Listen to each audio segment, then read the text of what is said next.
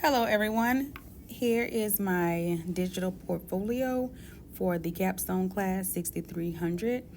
The name of the course that I have created is called Bias Awareness in Education. So one of the steps for any instructional design is to provide a layout to stakeholders in terms of from the beginning until the end, with deadlines and things that will be required or needed throughout the entire journey of creating the course. So this kind of details this presentation that I have attached here is just a recording of me presenting the presentation to the stakeholders. And this is where I list the risk of creating the course, or the projected risk, and also the benefits to creating a course such as this one. So the risk are things that's projected to come up and could possibly be a challenge, but for every risk, there is also a solution that was presented to the stakeholders as well. And right after the presentation, the stakeholders are given a feedback form, which is very important because without feedback, it's kind of difficult to understand a project, or different layers of a project, or different scenarios that could come about from different perspectives without getting some type of feedback. So this feedback is hopefully constructive criticism, so that it can be used to improve the planning of the course, which in turn would be very beneficial to the actual creation of the course once that part comes along. So here's the context of this course. So according to Yale's Purview Center for Teaching and Learning, implicit bias refers to unconscious attitudes, reactions, stereotypes, and categories that affect behavior and understanding. In addition, unintentional bias often refers to unconscious racial or socioeconomic bias towards students. This can be as frequent as explicit bias. Educators can hold assumptions about students' learning behaviors and their capability for academic success. And so that is basically the context for this course, creating the awareness of this implicit bias, and also making students of this course aware of how to combat and kind of minimize those implicit bias. And so here is below this, it says click here for introduction video, showcasing implicit bias in the classroom. So right here, when we click here, it's going to go straight to a video, and that video it's a video of a visual that can be seen in the actual act of unconscious bias.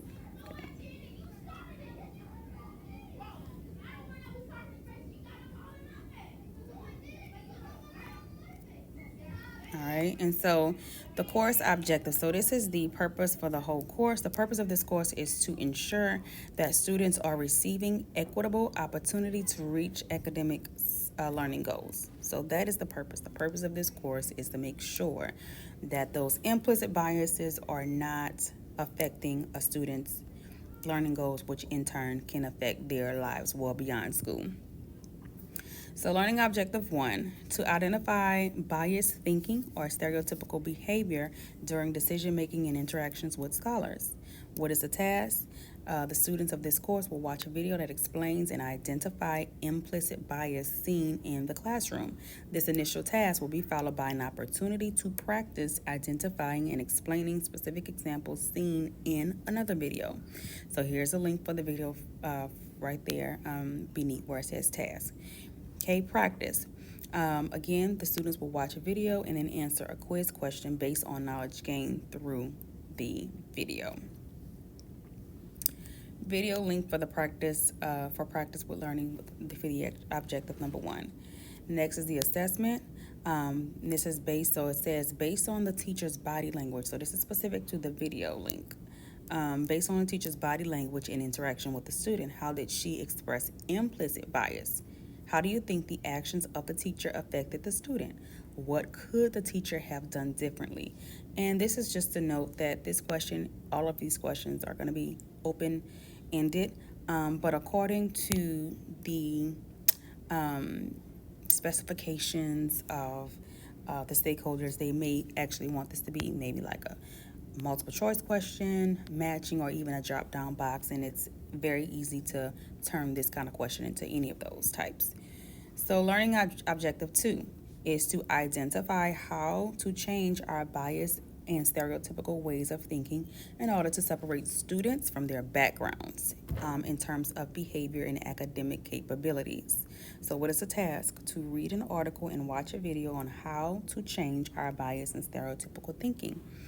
The number two, take a look at the video in regard to changing biased ways of thinking during instruction.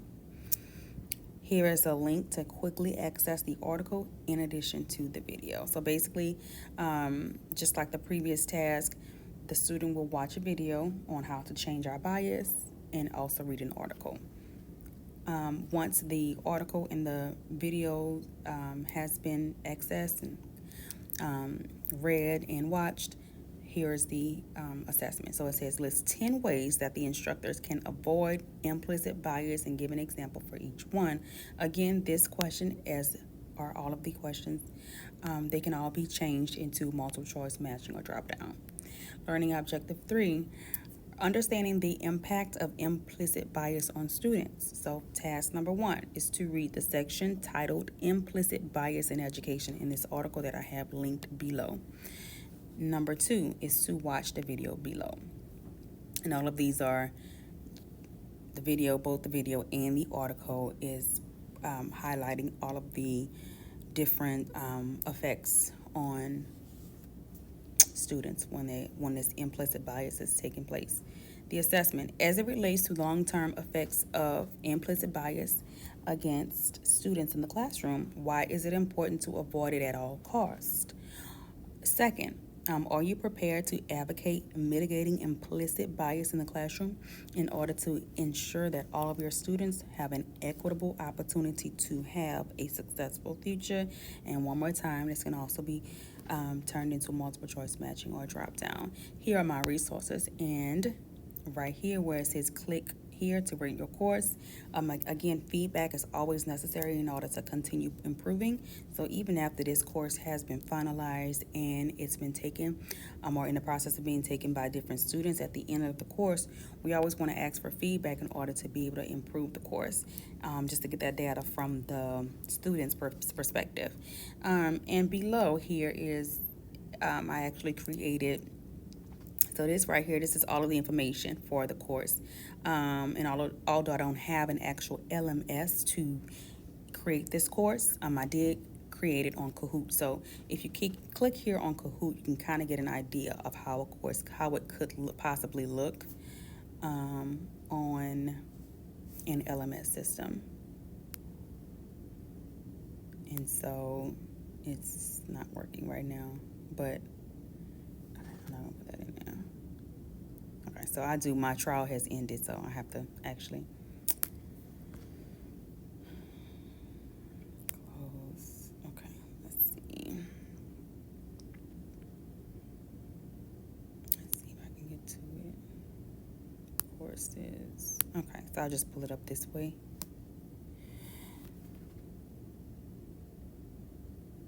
Okay, so here's the course. This is the only way I can view it right now, but it's kind of like a storyboard. The introduction comes up. The video, it's already embedded into the course, so you don't have to, you have to click on it, but there's an actual video, a snapshot of the video. So it's very visual. So the same thing that I had on the Weebly website, but it's just in an actual course. It looks like an actual course. It is an actual course in Kahoot. So, and that is it.